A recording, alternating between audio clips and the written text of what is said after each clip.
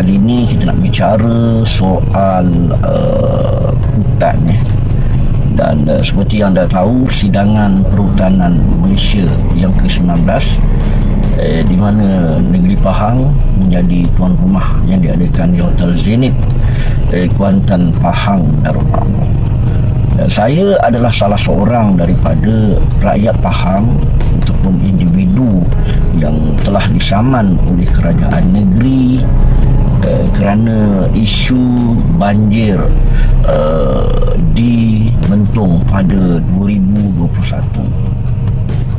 Dan saya sedang menghadapi kes ini dan saya tidak perlu ulas apa yang berlaku dan bagaimana sekarang ni status kes ini, kerana dia akan mengganggu perbicaraan yang diadakan.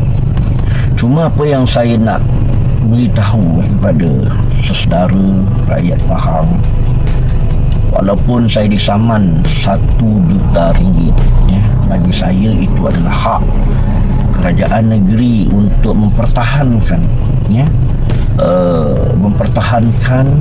kredibiliti, imej dan sebagainya, kerana kami aktivis telah membongkar, mendedah kaitan pembalakan dengan isu banjir yang melanda.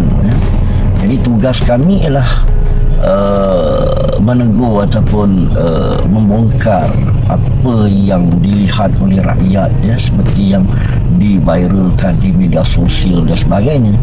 Dan tugas kerajaan pula adalah mempertahankan bahawa tidak ada unsur-unsur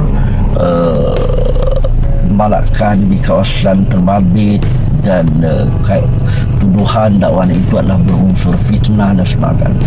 Saya tidak nak mengulas tentang kes yang sedang saya hadapi. Apa yang saya nak beritahu kepada saudara, dalam keadaan isu hutan yang sering dibangkitkan oleh para aktivis di negeri Pahang ini, saya respect, saya terkejut, respect dan teruja dengan semangat yang ditunjukkan oleh Yang Amat Berhormat Menteri Besar Pahang, Datuk Seri Wan Rosli Wan Ismail, yang membenarkan kerajaan negeri Pahang yang memberi laluan untuk mengadakan satu persidangan peringkat nasional, Persidangan Perhutanan Malaysia yang ke-19, berlangsung di Hotel Zenith. Walaupun saya tidak hadir, tapi saya mendapat perkabaran daripada rakan-rakan ia dijalankan secara teratur dan tidak ada kontroversi, tidak ada provokasi yang dilakukan oleh pihak-pihak yang tidak bertanggungjawab. Bagi saya, walaupun berbagai dakwaan dibuat oleh aktivis dan rakyat Marhain di seluruh negeri Pahang tentang isu-isu pembalakan yang berlaku di negeri Pahang, tentang kemusnahan alam sekitar, kehancuran hutan, kelestarian itu, flora dan fauna itu, bukit-bukit yang digondolkan menyebabkan berlaku banjir lumpur, dakwaan-dakwaan yang dibuat oleh rakyat. Ada kalanya dakwaan itu berbentuk iasi, bukan dalam bentuk yang sepatutnya, tapi ia diviralkan, menyebabkan kerajaan negeri terpaksa mempertahankan diri mereka dan menyaman 4 orang individu termasuk saya, kemudian Khaidir Ahmad dari Temeloh, kemudian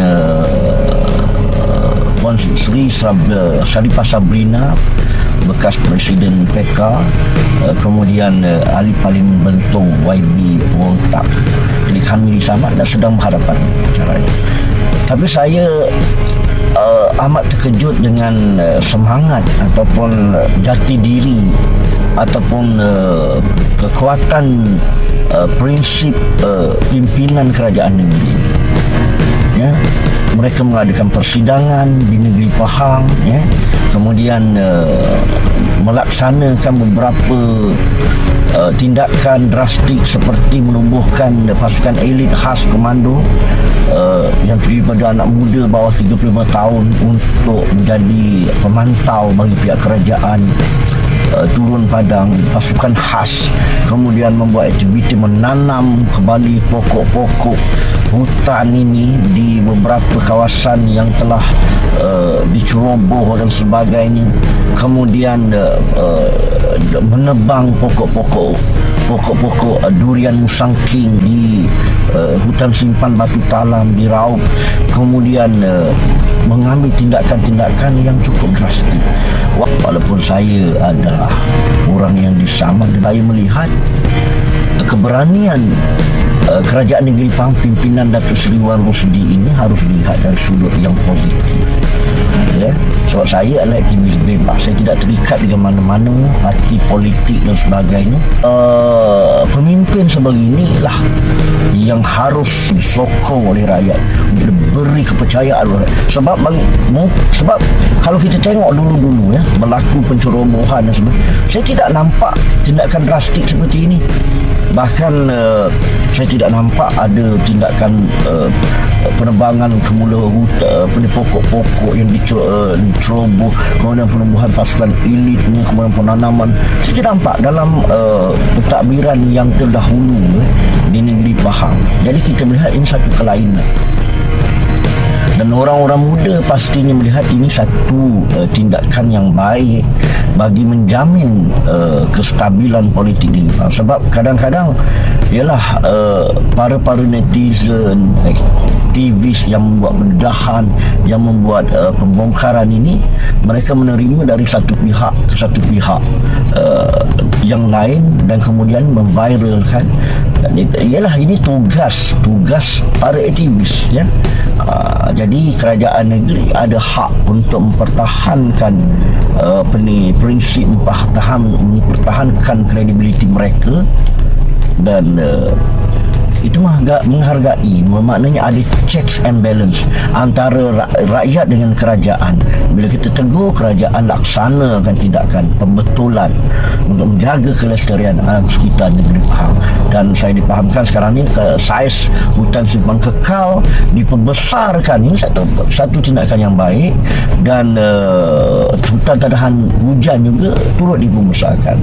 Sebab ini memberikan kepercayaan kepada rakyat untuk terus memberi sokongan padu kepada kerajaan hari ini ya. Walaupun ia dilihat satu tindakan yang sengaja diadakan selepas diterjah, selepas dedah, selepas dibongkarkan oleh rakyat Marhaen.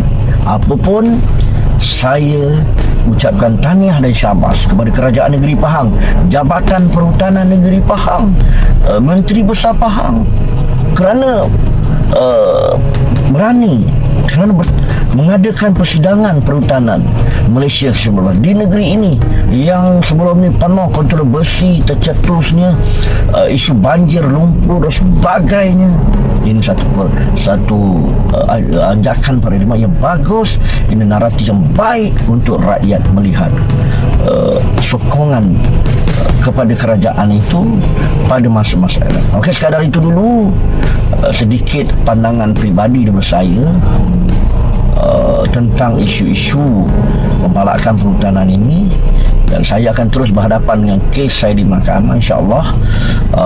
Itu hak kita sebagai aktivis berhadapan kes, tapi hak kerajaan negeri itu pun kita hormati ya. Baru kita ada checks and balance, itu yang penting. Karena itu dulu, selamat kalam kita pelihara kelestarian hutan di negeri Pahang dan Makmur.